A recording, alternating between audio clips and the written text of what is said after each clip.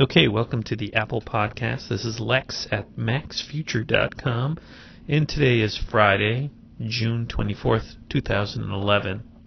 And, it's again been an interesting week in Apple news. And I think the biggest story this week is that on June 29th, which is just 3 days ago, Apple released Final Cut Pro 10. And there had been a little preview of this by Apple at a Final Cut Pro users group, I guess in Las Vegas a couple of months ago. And Apple finally released it, and boy, is it a big overhaul of Final Cut Pro, and boy, is there a lot of controversy about it. So let's get into discussing Final Cut Pro, and then we'll get into some other news in this great, interesting week in Apple stuff. Okay, so let's get to some of the big highlights and points about Final Cut Pro 10. Now, if you are a hardcore video editor and have long used Final Cut Pro, which had gone up to version 7, then you probably know a lot of what's going on. Now, if you're not a long-time Final Cut Pro user, you might not know what's going on. So here's the key points. First of all, Final Cut Pro is a major overhaul in this way. They started from scratch. It's a totally new video editing, film editing product. So it's not an evolution from Final Cut Pro 7, which is the last version of Final Cut Pro. And what's interesting is they went from Final Cut Pro 7 to 10.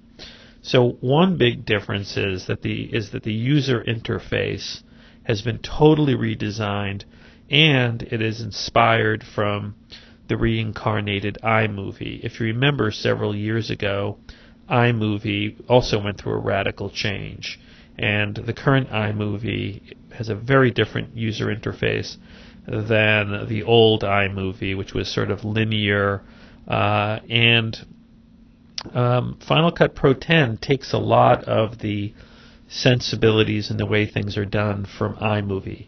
Now, for me, that's what's good, and for some professionals, that's what's bad. So there's a lot of anger by, I guess, hardcore film editors that Apple has gone this route. But before we go into that, let's talk about some other key differences that are very material if you're a user. Well, one material difference is Final Cut Pro 10 comes as a standalone application for just $300. And why is that significant? Well, up until recently, in other words, prior versions of Final Cut Pro, you had to buy in a bundle, in a suite, and it cost at least $1,000. So all of a sudden, boom, just like that, Final Cut Pro has become much more affordable for everyday people. So for people who just want to take movie editing a little more seriously, it's become affordable. Now, before this, there was Final Cut Express, which was like Final Cut Pro, but it was missing some features or some capabilities, but very much like it. And that you could get for, I guess, $300 or so. So in that respect, it hasn't come down. If you were using Final Cut Express, there is no Final Cut Express now. There's only Final Cut Pro 10, which is $300, which I think is pretty reasonable price. Like, I downloaded it immediately when this came out on Tuesday. That gets me to another key point, which is Final Cut Pro 10 is essentially in the Mac App Store on your Mac. So it's essentially just a software download. You don't buy a disc. And I think this is great because before you would buy a disc, and for copyright protection, you had to put this really complicated, lengthy serial number in, and it would be authorized to run on your computer. Well, now because it's in the Mac App Store, it's just like any Mac app. It's associated with your Mac app account, which means you can install it on more than one computer. And that's also a cost savings, because if you have 2 or 3 computers in your office or your home, you can just install multiple versions, and it's just $300. So that's the big, I'd say, some of the big information. Now, and then there's only two other apps that are associated with the Final Cut Pro suite that are also sold now by Apple, and that's Motion 5, which is the next incarnation of Motion, and Compressor, which is also, I guess, the next incarnation of Compressor. And each of those apps are just $50 each. So you can get all three apps for $400. Now what's missing is the sound editor app that was a separate app in the bundle, and the color app, which was a colorization for video app. Now color is sort of built into Final Cut Pro, and there's a lot of sound editing in Final Cut Pro, but that's something, if you really love those apps separately, you don't have them anymore, but you do have a lot of capability within Final Cut Pro 10. So that's sort of the big picture in terms of the overall material changes. Okay, so I've been playing around with Final Cut Pro X, and it's been kind of easy for me because I have used iMovie, so I'm used to the sort of file structure and the user interface. But let's talk about some of the new things that Apple highlights that are in Final Cut Pro that are kind of cool. One thing is the magnetic timeline. So now what you have is you can sort of assemble clips and shots in this sort of linear way along a timeline, and then it just magically or magnetically closes up clips to eliminate unwanted black gaps in the timeline. And also clips move out of the way to avoid clip collisions and sync problems. So basically, it's much easier now to add lots of clips and layers of clips on top of each other and have them sort of stay together and move around together. So this is kind of key because, like, if you ever edit, movies in something like Final Cut Pro or iMovie or Camtasia, one of the challenges is when you have a lot of clips and you want to move around a clip in the middle, it can sort of put other clips out of whack. Or what if you want to take a clip out of the middle? Does it collapse automatically, fill in the spot? So the magic timeline sort of fixes that. Now the other thing that Final Cut Pro X does, it has something called clip connections. And so clip connections are a way to place a clip or something like a sound effect or a B-roll and have it connected to a part of the movie and stay connected to that movie. So when you move the main clip, it moves with it. So, it's a way you can organize sections of your movie that have, layers and layers of, let's say, sound or effects all connected. Before, if you moved one clip, it would be hard to move related clips that are on top of it together. And this way, everything sort of moves together.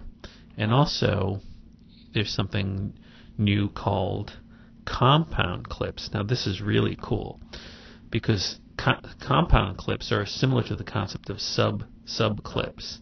But with compound clips, you could have, like, let's say, your main clips along a linear line, and then let's say you added effects above that and other movie scenes that you want to drop into that same time frame, and so you see sort of layers and layers of movies. But with compound clips, you can collapse them into like one box, and then when you want to see them, you can uncollapse them and they expand out.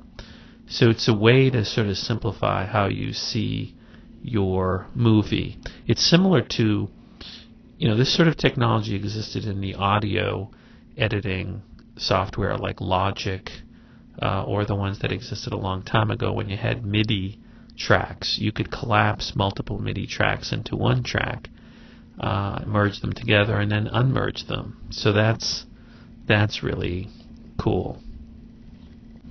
Now another feature they have, which they really took from iMovie, is something called Inline Precision Editing. And basically, you can double click on a clip, and it will bring up the detail regarding your movie and your audio, so you can sort of do a precision clip, edit between two clips. And so this is something that really was developed in iMovie, the new iMovie, and they've brought over to Final Cut Pro 10. Now another cool feature in Final Cut 10, which didn't exist before, is something called Auditions.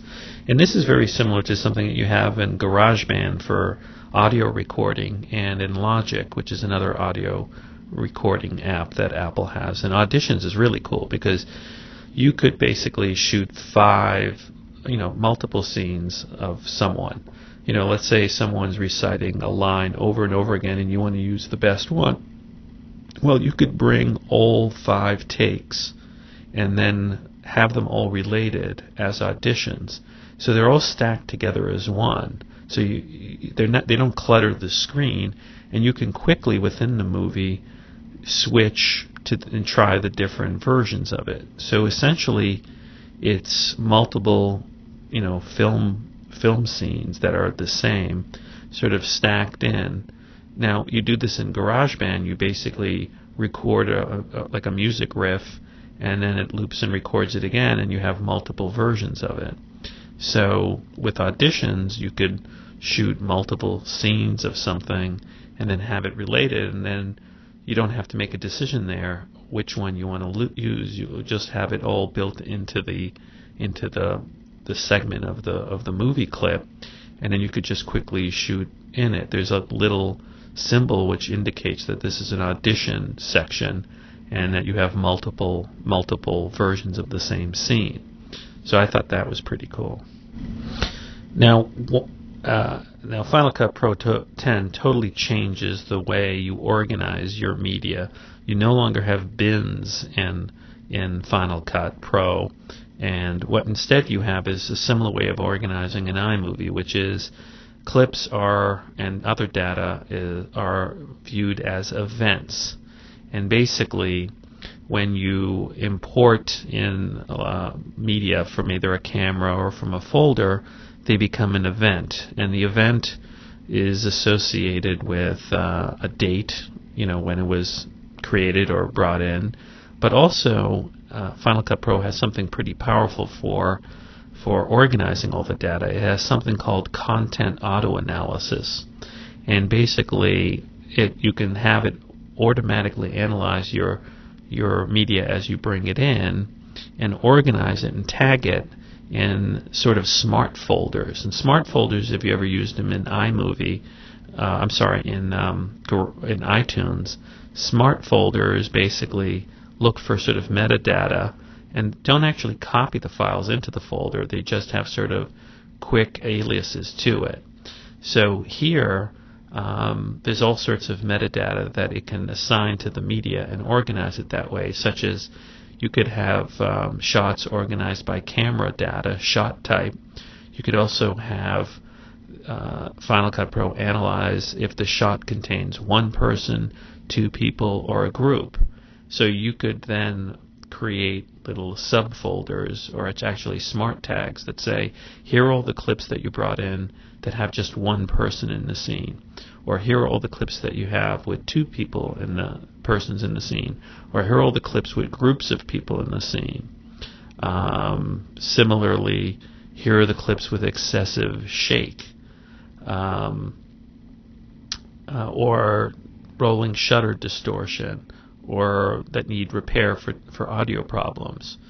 The other thing you can do is have range-based keywords for sort, filter, and search.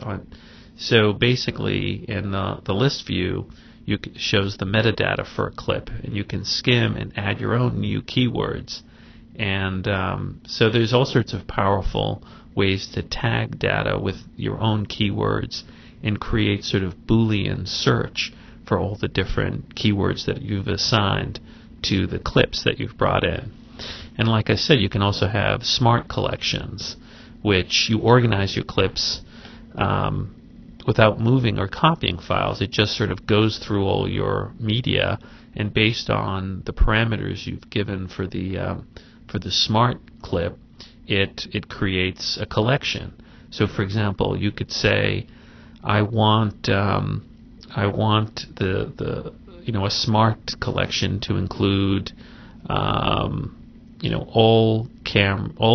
media that was shot by a Canon 5D camera, all that has these scenes or these content in it, and boom, it'll create a smart collection based on that. So you can customize it to your project, and create your own, I guess, endless number of smart collections. You can also designate shots as favorites or rejects and include those in your criteria for your filters and search in the smart collections. And you also have, I guess, direct access to content libraries because it's integrated with, I guess Final Cut Pro before wasn't, but iMovie was, integrated with, the media libraries that are standard on a Mac, such as iPhoto or Aperture or iTunes. And so you can browse iTunes or iPhoto or Aperture for film, for picture clips or audio, and also Final Cut Pro supports a range of media files, so you can use MP3 music or AAC files. So whatever works with iTunes works in Final Cut Pro. So, I mean, the list of features goes on and on. I mean, one of the most significant features is just much more powerful. It's now built on 64-bit architecture, which means that you could use all the RAM that you put in your Mac. Before, you were limited to 4 gigabytes of RAM, and like I have 12 gigabytes of RAM in my Mac, and so it's just going to work much faster now because it's 64-bit optimized. Another huge improvement is that there's background processing. So basically, you can continue to edit your project, even though you just brought it in and it's rendering in the background or transcoding in the background. So this is huge because now there's no longer any delays. You don't have to wait to import and render all your movie files before you can start editing your project. So this is something I really welcome. Okay, so other interesting features are that you can import your iMovie project. Now, one thing that upsets other people are that you cannot easily import your old Final Cut Pro project because really the architecture of Final Cut Pro 10 is very different from Final Cut Pro 7, but it's similar to the structure of iMovie in the sense that iMovie also has events and projects. And basically, everything is sort of organized in terms of events and projects. You bring in all your media into Final Cut Pro as events, and the events are organized by date or the metadata, and they're associated with the hard drives that they're on. So like in iMovie, you would see that you have different events holding media that's on your main hard drive, and then it would also show in the window that there are events and media associated with other hard drives. And as long as the media has been added into Final Cut Pro and those hard drives are connected to your computer, they will show in Final Cut Pro. So basically, you may have media from all sorts of projects always visible in Final Cut Pro, even if you don't need to see all the media from those other projects. That's one complaint that some professional editors have, is that there's not an easy way to exclude that media from Final Cut Pro. But frankly, all you have to do is just collapse out the folder that holds the media, and you don't see everything in the folder. Now, projects are essentially whatever movie that you're editing, and so they're, a project is just where you assemble all the media clips that you want to make your movie, and the projects are in another window, and you can import them from iMovie. And one thing, I guess, it's a limitation that some people who have Final Cut Pro 7 don't like is that you can only open up one project at a time. Now, you can cut and paste between projects, and you can duplicate easily a project, but basically you just have projects and events, and the events hold the media, and then you use that media to put it in your project and edit it, and then come up with the final product. Now, one cool thing that I like is you have Camera Archive, and I think this is designed for, most cameras now don't use tape. You just have media on it. You have a lot of files. So one thing that's nice, because you use your camera's storage over and over again, is it has something known as Camera Archive.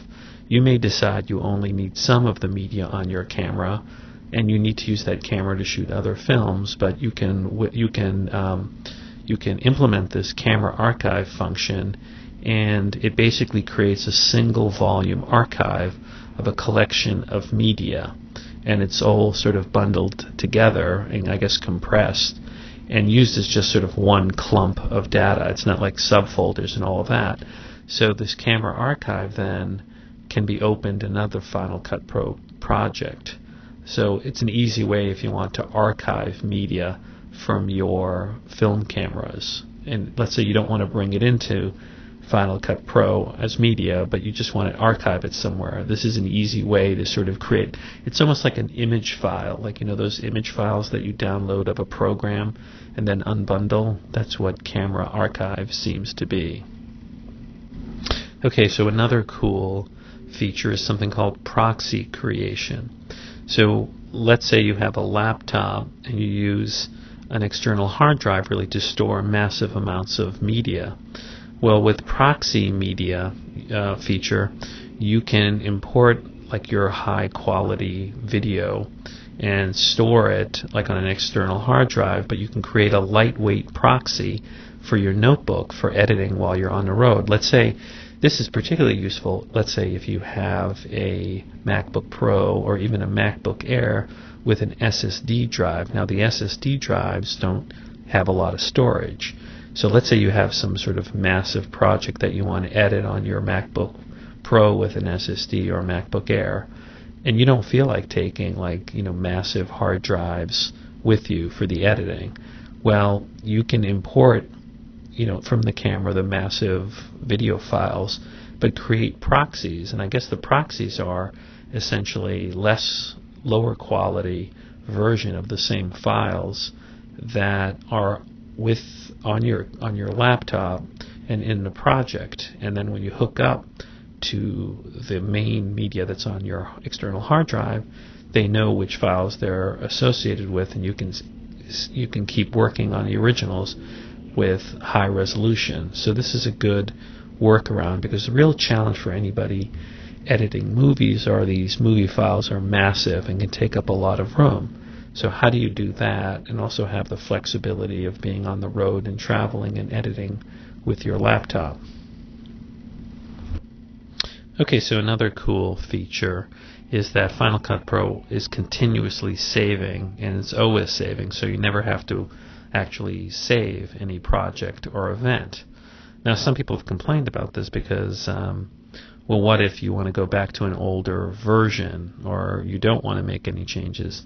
Well, one thing you can easily do is just create a duplicate of your project in the project management window, and that'll lock in the project as of a certain time in the edits, and then you go continuing on your main version of the project. And if you ever want to go back, you could just open up the older version of the project. Okay, so one of the cooler effects in Final Cut Pro is something that has to do with the audio editing, and I just want to talk about what I think is one of the coolest things, and that's match audio. And what this means is that you can go out and film something with your camera and actually record the audio on a separate audio device. So your camera is recording audio, but maybe it's not good because the audio on your camera picks up the hum of your camera or some other noise, or maybe it's not a great microphone, and a lot of cameras don't have great microphones. But let's say you created an audio recording by clipping an audio mic onto your subject, and it records it separately. So then how do you go about syncing it? Now this is the cool feature in Final Cut Pro. So what you do is you load your movie clip into Final Cut Pro with your associated audio. Then you dump in your audio clip, and then you can implement this feature to match the audio, and Final Cut Pro will figure out, based on the waveform, exactly where your separate audio file goes relative to the audio that's in the clip, the movie clip. And all you do is just say you don't want to hear the audio in the clip, and you want to hear the separate audio, and boom, you have the better matching audio. So it really saves a lot of time. You don't have to really use a sound clip, a clipboard to synchronize the sound. Okay, so Final Cut Pro also has really powerful color adjustments. So you don't have a separate color program. It's sort of all built in. One of the things that I think is very cool in it is something called match color, where you can basically make the color consistent throughout your movie. So what you do is you choose the source of your source shot. So you would pick the shot that you think has the right color balance. Then you click your reference shot, and Final Cut Pro adjusts the color for the best match between the two clips. And you can also use match color with a clip of your favorite movie. So if you want to take another movie project and you have something, they give an example of sci-fi grunge or film noir look, you can use that and then use that match color to set the color for your movie. So it seems like a pretty powerful feature. You also can balance color, and the Content Auto Analysis feature analyzes clips for color balance in the background as they're imported. So you can just automatically fix that. Okay, so Final Cut Pro has great effects. It has things like inline keyframing, so you don't need to jump into a separate interface. You have to adjust keyframes, you can just do it from in there in the timeline. And you also have things like the standard edits like reposition, rotate, crop, distort, and you've got royalty-free themed animations. Now pros might not like that, but if you're a semi-pro, it's sort of like iMovie on steroids. You've got all sorts of prepackaged royalty-free themes. So that's kind of cool. And then easy ways to create titles, credits, video effects. So that's sort of all built in, and it's used sort of like in iMovie. But I think the coolest thing is the integration of Motion 5 with Final Cut Pro. So this is really cool. Now Motion's only $50, and basically it allows you to do all sorts of 2D and 3D effects, like eye-catching titles, transitions, and effects. So it's been updated so it has a new user interface, but otherwise it's very similar to the way Motion was before, using keyframes. But one of the coolest things in Motion is that really Motion now is a development tool for Final Cut Pro. And basically you can create custom templates, editable Final Cut Pro templates. And you can then save these templates in Final Cut Pro. So in other words, you can create new effects and new templates, and then they're deposited in Final Cut Pro. So it's a way to sort of develop this stuff for Final Cut Pro. So I think that's very exciting, because it's going to allow people to create sort of custom templates for effects to be used in Final Cut Pro. Now, one thing you can do in Motion are what are known as Smart Motion templates. And basically you can create Smart Motion templates with a combination of single parameters and rigs, which you then control a group of parameters with a simple slider or pop-up menu or checkbox. and then you can set up your templates with multiple aspect ratios, and then it will be working in Final Cut Pro automatically. So, I mean, I haven't fully explored this, but I'm gonna, look into this and see how you can create all sorts of powerful templates and effects that then work in Final Cut Pro. So anybody who's buying Final Cut Pro for $300 should really consider getting Motion for $50, because once you learn how to create these sort of templates with parameters, you're essentially creating all sorts of powerful tools that you can use over and over again in Final Cut Pro. Now, there's been a lot of backlash, a lot of backlash against Final Cut Pro, and that's reflected in the comments and the ratings in the Mac App Store regarding Final Cut Pro. And right now, I guess the stars are only like, let's say, 2.5 or 3 out of 5. I gave it a 5, but a lot of people who are very pissed off about what Apple has done has given Final Cut Pro 1 star. And a lot of people feel, I guess these are hardcore professional editors, some of them, feel they've been abandoned by Apple by going to this radically new program that's very different than what was there before. And they have a number of complaints. Now, what's interesting is David Pogue of the New York Times has a column out on June 23rd where he really addresses a lot of the complaints by the people who are unhappy with Final Cut Pro X and points out how they're really fix-arounds. And so let's go through some of them. One complaint that pros have are that there's no multi-camera editing. And in the old Final Cut Pro, you could import footage from various cameras that covered an event from different angles simultaneously, and then you could easily cut back and forth between them while editing.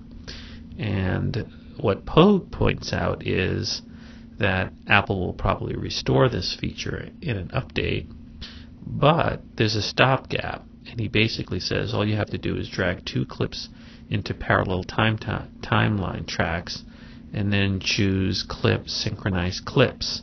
And by comparing their audio tracks, the program aligns the clips exactly. So now each time you select a piece of upper video track and press the V disable button, you are effectively cutting to what's on the lower video track. So that's an easy way, I guess, if you're just doing 2 angles at the same time. So that's good advice. Another complaint is that you can't share a project with other editors, and in the old version of Final Cut Pro, you could exchange projects. And the complaint is that in Final Cut Pro 10, all of your project's organization is now globally contained in the application rather than in your project file, and you literally have to give the other editor your entire computer. Well, Pogue points out that's not true. He points out you can share your project, your files, or both.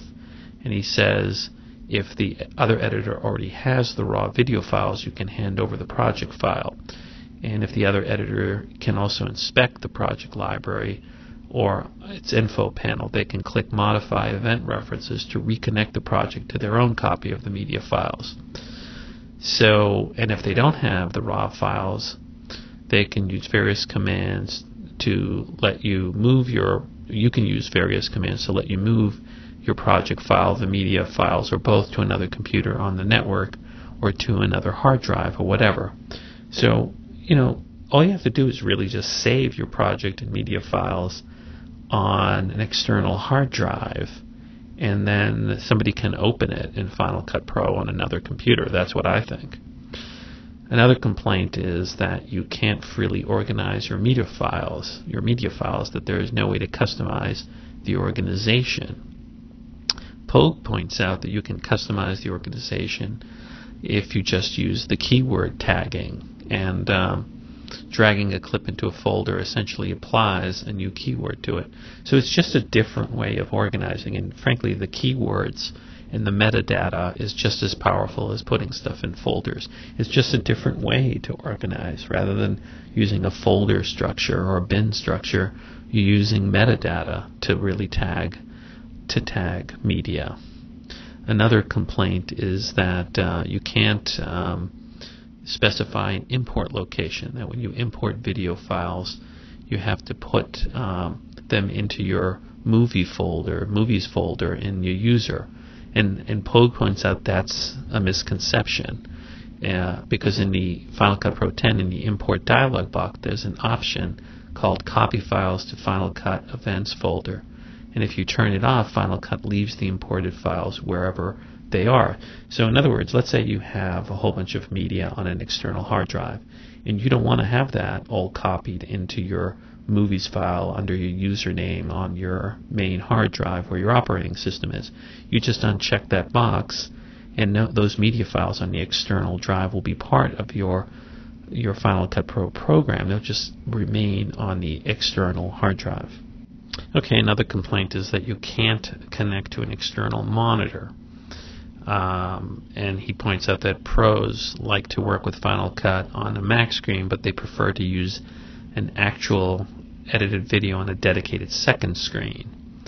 And basically Final Cut Pro 10 works fine with a second computer monitor, but pros like to use an external video monitor. So he points out that just as before, you need a Mac Pro with a video output card in order to connect to a TV monitor. And then he goes on to say Apple expects that the output card companies will soon offer the necessary drivers for Final Cut Pro 10. AJA is one of the major makers of these boards and already offers beta versions of such drivers, and that Apple's working with Blackmagic. But look, for everyday people, you can use a second monitor, and it's going to be a computer monitor. Although I'll tell you, like, I can use a TV monitor, which is going to act like as a computer monitor, because I have like TVs that have DVI inputs and also HDMI inputs. And frankly, just with a simple cable, I can use my iMovie to turn my large TV into a second monitor. And in Final Cut Pro, what you do is you choose Windows, Show Events on a Second Display, or Window, Show Viewer on a Second Display, and so either the Events window or the Viewer window will be on a second display. And I guess what the pros are talking about here is having some sort of, special connection to a TV monitor, but you can use it with a second monitor. Okay, let's go to other news that's Apple-related news. On this Friday, June 24th, Apple confirmed that iCloud web apps will be there once iCloud gets out there for Mail, Contacts, Calendar, and Find My iPhone. So Apple released today more guidance to users as to what the transition is going to be like from MobileMe to iCloud. So here's what's going to be there that you're going to be able to get online on iCloud. You're still going to be able to view your mail online. You're still going to be able to view your contacts online in iCloud. You're still going to be able to view your calendar online in iCloud. You're still going to view your bookmarks online. You're still going to have your Find My iPhone service, and you're still going to have Back to My Mac. What you're not going to have is iWeb publishing. You're not going to have the gallery, which you could put movies and photos, and you're not going to have iDisk, which is sort of like Dropbox. Okay, so, I think there's a lesson here, which is you got to be careful about the whole cloud thing and hosting everything on the cloud, because, this is the second or third time that I've put stuff on a website and had that website disappear. Because if you remember, before the gallery, we had another area of the MobileMe or the Mac.com site where you could host your photos, and Apple got rid of that, and so I have those web pages up, but my photos are no longer there. And now they're going to abandon gallery, and you have really again until 2012 to get your photos down, I guess in June 2012. But the lesson here is that you don't want to put all your eggs in one basket, and there is this sort of flight to the cloud. And in a way, Apple's giving consumers, I think, the best choice, because Apple's saying, we want you to have your content on your computer, but we're also going to make it available for you in the cloud. and you're going to be able to sync everywhere and have all your content on your devices as well as the cloud. Now, Google's taken a different tact. Google released their Chrome notebook, I guess, last week, and the Chrome notebook is just essentially a computer with a browser, and everything is in the cloud. But the cloud is kind of dangerous, because what is the cloud? The cloud is actually your content is somewhere on a computer. Although it's called a server, ultimately it's a computer with storage, and you don't control the storage. The company that hosts the cloud service, whether it's Amazon or Apple or some other company, controls that data, and that data can be vulnerable to all sorts of things. It can be, vulnerable to hacking. We saw all sorts of hacking this summer. Sony's PlayStation data was hacked over the internet. Then other companies' data was hacked. And then earlier this week, there was quite a traumatic thing that happened to Marco Arment. Now, I've talked about him before. He's a developer of the Instapaper service and app, and he also has his own blog page called marco.org, and he also podcasts for the 5x5 network. Well, earlier this week, the FBI raided a server hosting company on the East Coast and took away some computer servers, and they had to do, with some hacking or some sort of misconduct somewhere else. Well, that company, that small Swiss company that did the server hosting, also leased the server, or one of the servers that Marco Arment uses for his Instapaper service.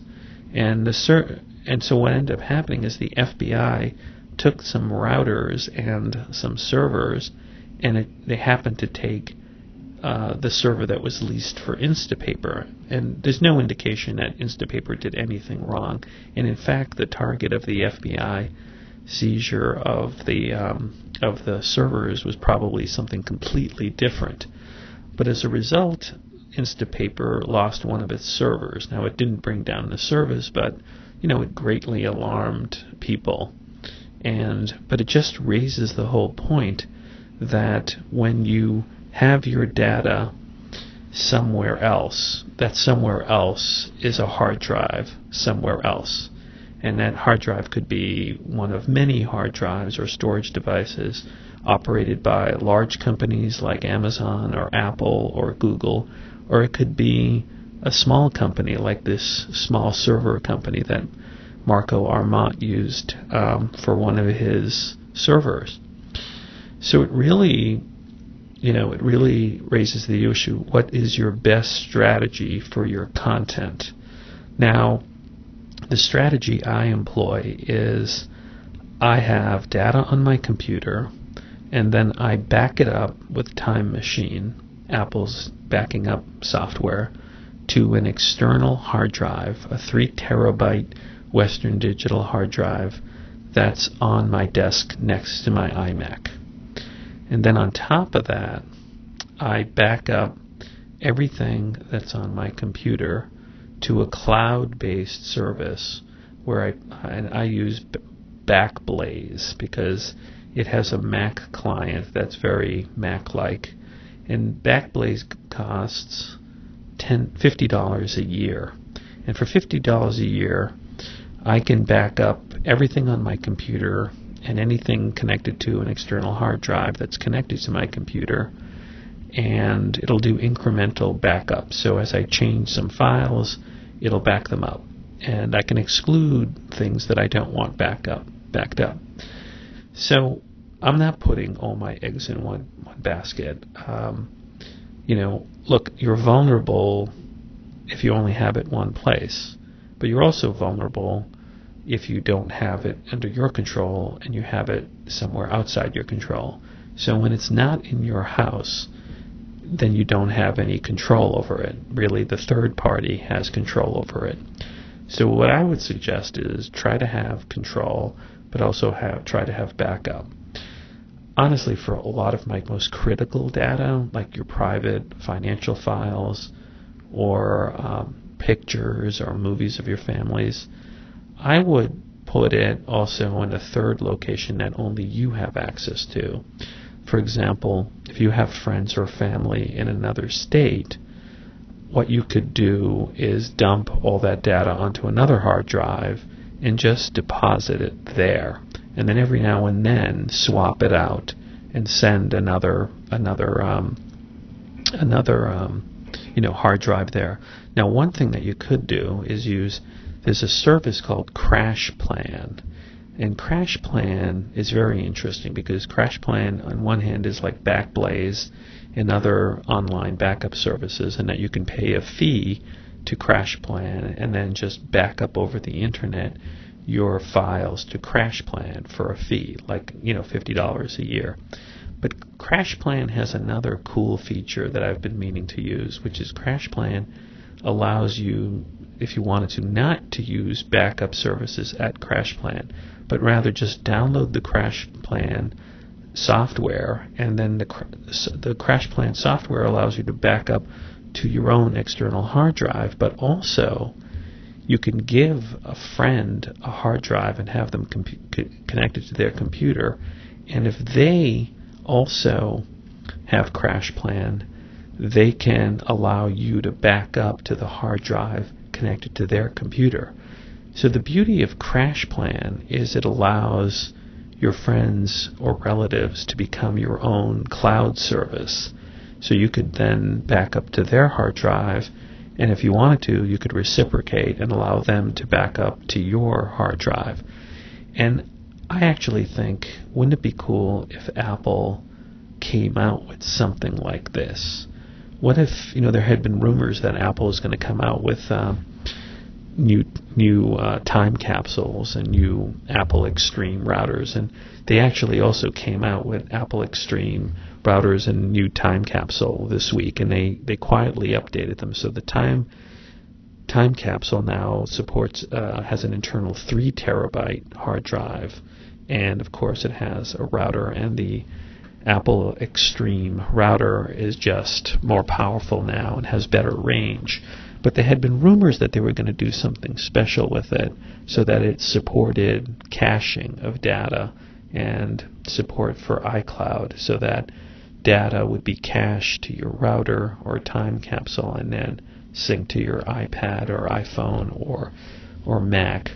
But what I think Apple should do is give you the option, if you want, to back up to a friend's Macintosh. In other words, take the CrashPlan concept and build it into Time Machine, and then make that a feature of Time Machine.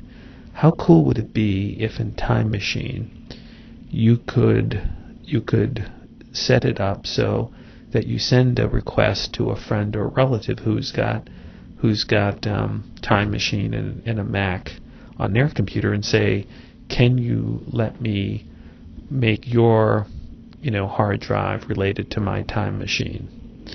And you would see how much storage they would have, and you could make a deal, like I'll swap 20 gigabytes for your 20 gigabytes. So how cool would that be if Apple built that into Time Machine? Because then it wouldn't be in the cloud. Apple wouldn't have the cost of storage.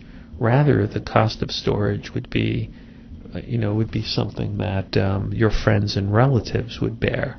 I'm surprised Apple hasn't come up with that plan, because I think it makes total sense. Okay, so it seems like the iPhone is doing much better. That with the iPhone now on Verizon and with the iPhone 4, Apple's sort of getting the momentum back from Android with the iPhone. And there's a report out from the Yankee Group that in Europe, 40% of European smartphone buyers are going to the iPhone, and only 19% to Android. So that means in Europe, the iPhone is actually much more successful than Android. And RIM is also only getting 17%, and Nokia 15%. So, this basically covered 5,000 people who responded in France, Germany, Italy, and Spain. So that's one sign that the iPhone is, doing much better in terms of momentum. And there was other data out this week that the iPhone gained market share, and that for the first time Android was losing market share in the United States. So I think the little honeymoon period for Android is slowing down, particularly with, the iPhone 4 being out on Verizon. So the story really was that the Verizon sales really slowed down Android, and that makes total sense, because if you think about it, for the longest time, Verizon was the #1 cell phone network, and there was no iPhone. So I think most of the Android sales were on Verizon, and with the iPhone being available now on Verizon, that's going to definitely cut into Android sales. Now, other news this week is that Apple yesterday released 10.6.8 of its operating system for the Mac, which is Snow Leopard, and this is probably the last version of Snow Leopard. And one of the things it does is it gets people ready for the Mac App Store to download Lion, which is the next operating system. And I have the beta of Lion, and I got to tell you, I'm really looking forward to that transition. I've been running it on an external hard drive, not my main operating system. And that should be coming. I wouldn't be surprised if Lion comes out right after the 4th of July weekend. Okay, so with Lion, I predict that at the same time Apple releases Lion in early July, I predict that the MacBook Airs will be updated and released at the same time. And what I think you're going to see with the MacBook Airs is they're going to have a much more powerful Sandy Bridge processors, and also Thunderbolt connection built in. So it's just going to be, a huge improvement in the MacBook Airs, because they're going to have right now they're using Intel dual-core processors, and they're going to have these low wattage, in other words, it doesn't take up a lot of power, Sandy Bridge processors, which are these blazing fast Intel processors that you have now in the MacBook Pros and the iMacs. And you're going to have it in the MacBook Airs, and the MacBook Airs are fast becoming the most popular Mac product that Apple sells, and it's really the future of Macintosh computer, and really it's what Line is designed for, because Line is really designed for touch computing, and one of the big features of Line is the ability of any app to go to full screen. And why would you do that really for like a large screen computer like the iMac with 27 inches? You really don't need it to go large full screen. But with the MacBook Airs, you've got the 11-inch MacBook Air or the 13-inch MacBook Air, being able to turn any program into full screen really maximizes the real estate. And a lot of people expect Apple to sell a lot of MacBook Airs in the coming quarters. And Mac Rumors had a story that was republished from Digitimes that Apple is ramping up the new MacBook Air production in July. And according to Digitimes, Apple's notebook supply chain will, quote, run in full gear starting in July in order to meet production of the new MacBook Air models. It goes on to say Apple is said to be expecting to take delivery of over 8 million MacBook Airs in the third quarter, according to the Digitimes story. So that's an enormous increase. Okay, so now it's expected that the iPhone 5, although it wasn't released in June, will come out in the first or second week of September, when Apple has its next big event. And Cult of Mac has a story that Apple has initially ordered 15 million iPhone 5 handsets from 2 manufacturers, according to a report. And basically this would be a massive figure that is 5 times the number of iPhone 4 units that Apple sold during the same 4-week period in 2010. And so basically what Cult of Mac is speculating is that the iPhone 5 could be Apple's first truly international launch. In other words, it would go international at the same time. In the past, Apple has launched first in the United States and then a few weeks later in the rest of the world. Okay, so the rumors of an Apple TV that's truly a TV are back. Cult of Mac had a story on it, and people like Gene Munster of Piper Jaffray, which is a securities analyst, also have predictions or rumors of an Apple TV.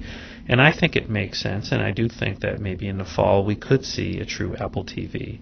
Apple could, for example, and this is what one of the rumors is saying, Apple could enter a deal with a TV manufacturer which would be branded as an Apple TV. Frankly, they could just take the sort of hockey puck that is the current Apple TV and easily integrate that into a real TV, and maybe charge a premium for it. Maybe Apple could,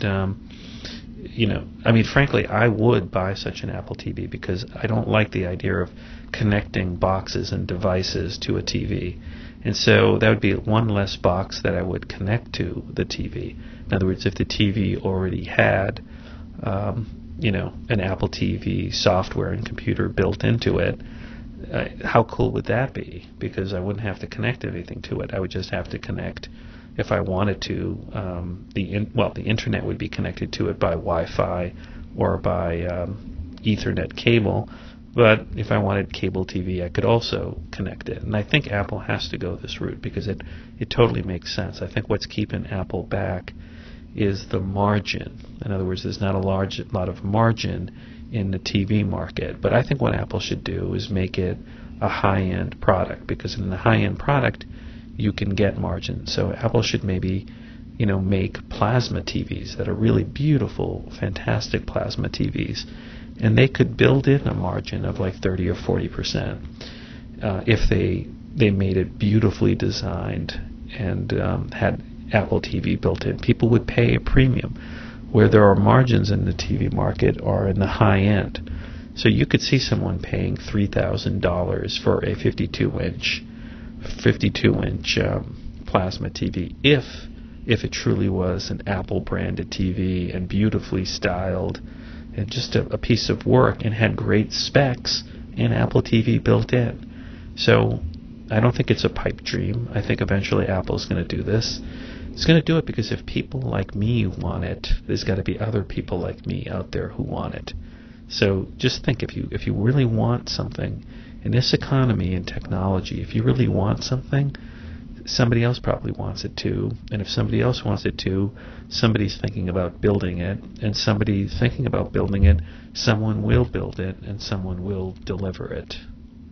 Okay, so finally, if you're interested in the new Final Cut Pro 10, and interested in training, one thing I can recommend is something that I bought, and there's a website called rippletraining.com, and they sell a 5-hour tutorial that's chopped up into 37 lessons, and it's 5 hours of video content where they take you step by step through the new Final Cut Pro and how to use it, and it costs $39. And the beauty of it is you can download all the videos in iTunes, and I put it on my iPad, and I'm watching it on the iPad, and it's very well done. It's straightforward. This video class is by the instructor, Steve Martin. They also have a similar class to learn Motion 5. I haven't downloaded that yet. That costs $50. But, if you're looking for a quick way to learn iMovie and all the tricks and tips, they also give you some sample content to work with in the tutorial, I guess shots of a Civil War reenactment. So, I've never done this before. I've always just completely self-taught myself software. But this is kind of a quick way to learn some program. And again, it's not that expensive, $39, and $39 is an easy way to learn a very powerful program that costs $300. So you might want to check it out. Again, it's called rippletraining.com. I have no affiliation with that site. And, check it out. So listen, thanks for listening to episode 77 of the Apple Podcast by Lex at maxfuture.com. Any positive feedback in the iTunes, feedback area would be greatly appreciated. See you next week.